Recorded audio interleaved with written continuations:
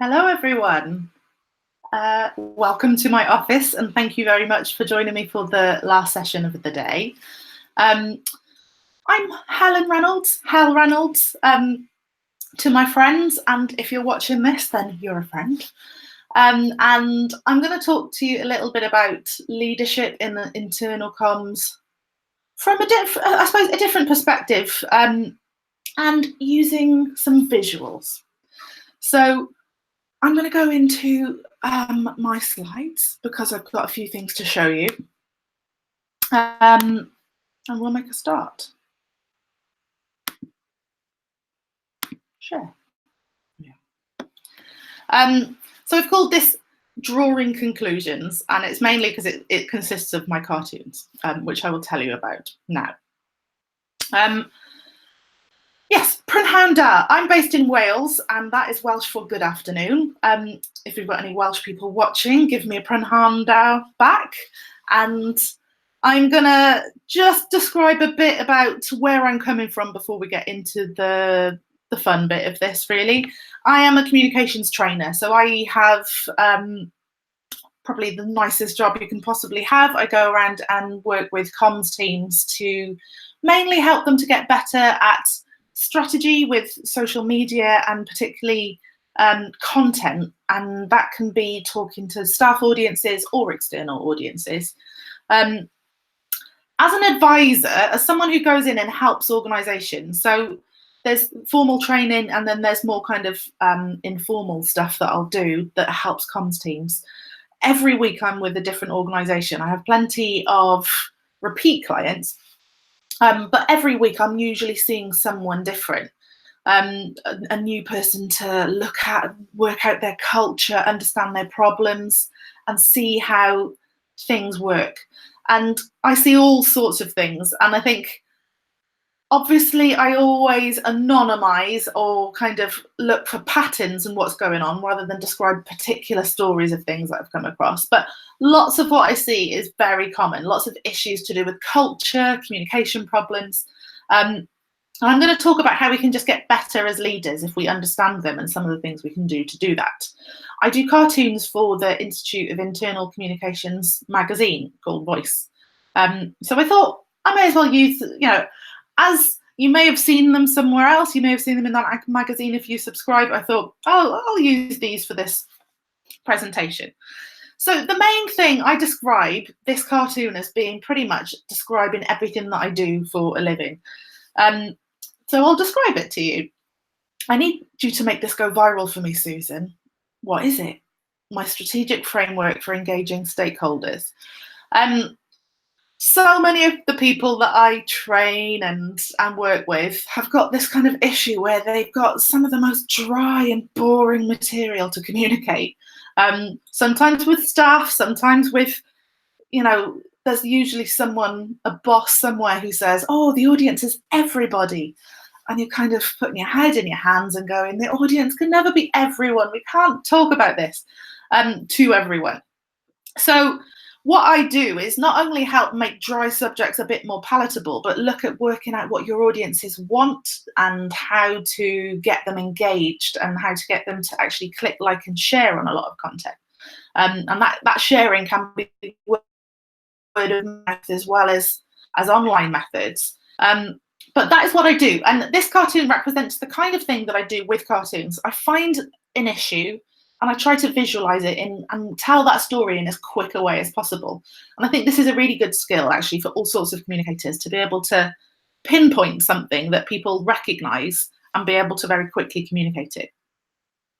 So this is about demonstrating leadership in your own behaviors. Common cultural issues and what you, who's watching this today, can do about it. For me, leadership in internal comms and actually all functions in an organisation is about walking that walk. It's about doing the things that you expect other people to do, and showing people how to do it rather than telling them what to do.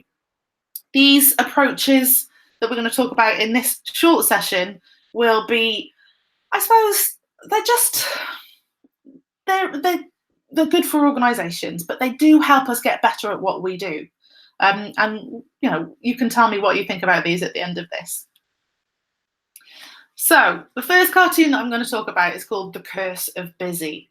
Um, so for me, I work with huge amounts of communications professionals who are absolutely run off their feet. They don't get any time to stop and reflect and think because they're always thinking about the next thing.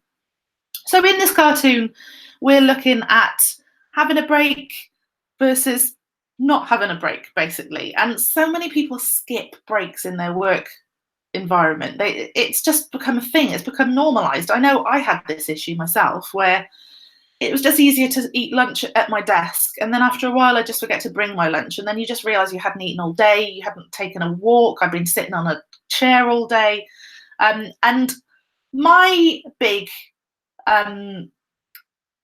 passion, I suppose, around communications is bringing out our creativity, creatively solving problems, and being a leader who uses their brain to think and to not just do things the way they've always done it. So for me, this chaos that you have in your brain where you're tired and you can't think of new ways to do things because you're constantly on the go, that's not actually very effective. Order comes from a sense of context, that feeling of when you've gone for a walk and got out of the space that you're in, you've suddenly realized things aren't as important as you thought, or there's a different way of looking at things. You have more energy, and creative ideas can surface in that environment once you've had a break. So here's another cartoon that I did, and it's kind of a couple of people who are just sitting at a desk and talking about this importance of having a break. It's so important to take lunch breaks, really good for productivity. And the woman who he's saying this to is saying, oh, yes, indeed, it freshens the mind. What are you up to? And he says, I'm catching up with emails. I'm just going to finish this report. And it just reflects so much of what I see as I go around organizations, where lots of people know what they should be doing, but they're just not doing it themselves. One organization that I worked with had this amazing kind of initiative that was around taking a couple of hours every week to do something that was more about mindfulness. So it could have been taking a yoga class, it could be going and having a singing group, joining that, it could be just having a walk, but it was about taking time for yourself. And I asked someone who was in that organization what they thought of it, and they said, oh, it's a great idea. No one's doing it, but I mean, it's a lovely idea, but I'm not going to do it because my boss doesn't do it, and they'll think that I'm lazy if I don't do it. So that story leads me to this conclusion. As communicators, we can, I suppose, think about what our behaviour does to everybody else and start to brag about taking breaks. For me, I love to tell people how much I don't work. And that might sound a bit counterintuitive. We all want to feel needed as communicators and the professionals. We all want to look like we take our job seriously, but actually, I take my job seriously and I give myself adequate rest. So I want to show people that when I'm having a holiday, I'm not picking up the phone every 2 minutes and checking my emails. I want to tell them when I get back, I didn't do anything while I was away. I tell people when I've been to a break, I went and I watched a Netflix episode and I didn't touch any of my work stuff, or whatever it is that you do. Brag about it. Show people that it was excellent for your productivity. Make looking after yourself high status, because so many of the organizations I work with have members of staff who see high status as being invaluable, and they think being invaluable means constantly being needed. That isn't high status. I'm pretty sure someone like Bill Gates, I'm pretty sure he doesn't go around telling everyone how busy he is, and you know, he will brag, you know, not brag, but he'll be confident enough to say, yes, I take time to myself. Describe the benefits after. So that's one challenge I want to give you as a leader in your organization, to show people that it is okay to take time for yourself. Now, a related cartoon in some ways is this workload dilemma. This was a sketch that came after a couple of weeks of dealing with super stressed out communications professionals. And I tried to kind of weave all of the things that were going on with these really talented people into a little graphic. So what I could see going on was people were not really getting priorities, or when they were set priorities, they weren't being stuck to. So it was kind of like people didn't felt like everything was important and they were putting equal effort into everything. And not only was that hard enough to manage from a work program point of view, but then they'd have people around them, particularly in the communications job. You'll know this. Lots of colleagues and other people giving you more work. So you've got your work program, but then someone comes in and says, "Oh, just another little thing," or "Can I pick your brain for a moment?" or "This will only take you 5 minutes." And that kind of stuff kept coming in and in on top of them. And when you gather those things together, that becomes the most unmanageable, stressful situation. But another thing that occurred to me about what happens in these situations to professionals, who particularly really talented professionals, is they love their job. And we're story seekers and we can see what could be done across the organization. We have a million brilliant ideas. I'm a creative, so I know that this is definitely one of the problems that I have to deal with. But everything's so interesting. I want to do it all. And sometimes you say yes to everything, not out of sense of duty, not because you're not strategic, but because it excites you and you want to do it all. When all of these things are going on, it is an impossible nightmare because you're stuck and you can't take breaks, and then your creativity goes in on the floor and everything goes wrong. So I've written about this in a blog post, and I think it's just about recognizing the thing that you can control is we don't stick to stated priorities. Now, other people might continue to give you work, and it might be harder or easier for you, depending on your personality and your culture, to say yes or no to that. But sticking to stated priorities is something you have to take into your own control. When I'm given priorities and they work, that's fantastic. When a leadership team's got a clear sense of what is important and what isn't, that's fantastic, and you can work a program around it. But sometimes it's not that easy. Sometimes the best and well-meaning strategists in your organizations do not know how to choose what to focus on and what to put less effort in. And I think the prioritizing issue in a lot of organizations I see, the problem with it is that they don't realize that if you make something a priority, that means that something else is a low priority, that you put less effort into it, that you sometimes completely forget it altogether. So I always recommend that someone who feels like everything's getting on top of them, if it's a choice between you getting so burnt out that you can't even work and something drastic, that something drastic is just decide what you think is most important and focus all of your effort on 20% of that. So 80% of your work you're going to decide isn't perfect, isn't going to be brilliant. You just wang it out. I always call this the just bare minimum, don't put much effort in. And it's really hard to get this across to people who, we're taught that we go to interviews in organizations and we have to tell people that we put 100% into everything and we're committed to doing our best work at all times. Well, that is not humanly possible. I don't do my best work at all times. You don't do your best work at all times. We have to recognize that if we're going to take control of a situation like this and actually be known for being brilliant, we choose what we're going to put a lot of effort into. And the rest of it has to be just good enough. Adequate is good enough. If you want to let people see your talents and see you shine, you need to focus on an area where you do put your full efforts in and let everything else be okay. I'm a massive fan of this when you're in a very toxic culture or when you're in a job that is a bit chaotic, because sometimes no matter how much you reason and argue and make business cases, people around you just can't prioritize. So I'm going to say one thing as a leader you can do is just take and show people that you are prioritizing things, that some things don't get done, and that is okay. In fact, that is a strategic move. So this is about demonstrating to your colleagues that you take this much more strategic approach. Okay, this one is a lot to do with confidence and imposter syndrome.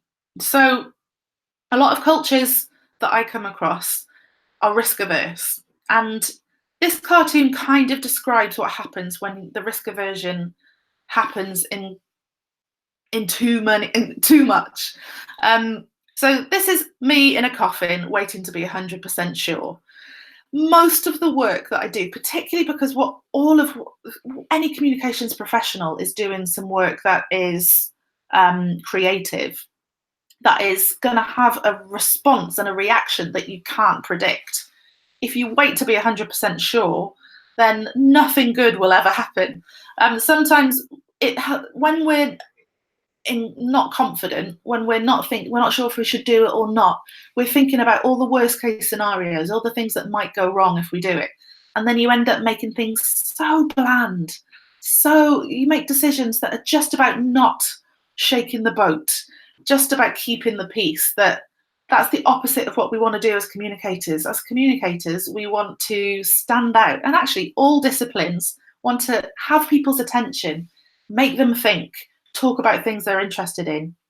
You can't do this if you wait around to wait for a project or a piece of communication that's going to be absolutely not a problem. You're 100% sure it's going to work, and yeah, don't do that. And I think it's a big problem, particularly with women, but also with all sorts of people. This imposter syndrome of, I just don't feel ready for the next step in my career. I'm not 100% sure that I've got all of the skills needed, or I'm not 100% sure that this new tone of voice that we're going to take with staff is going to please everyone.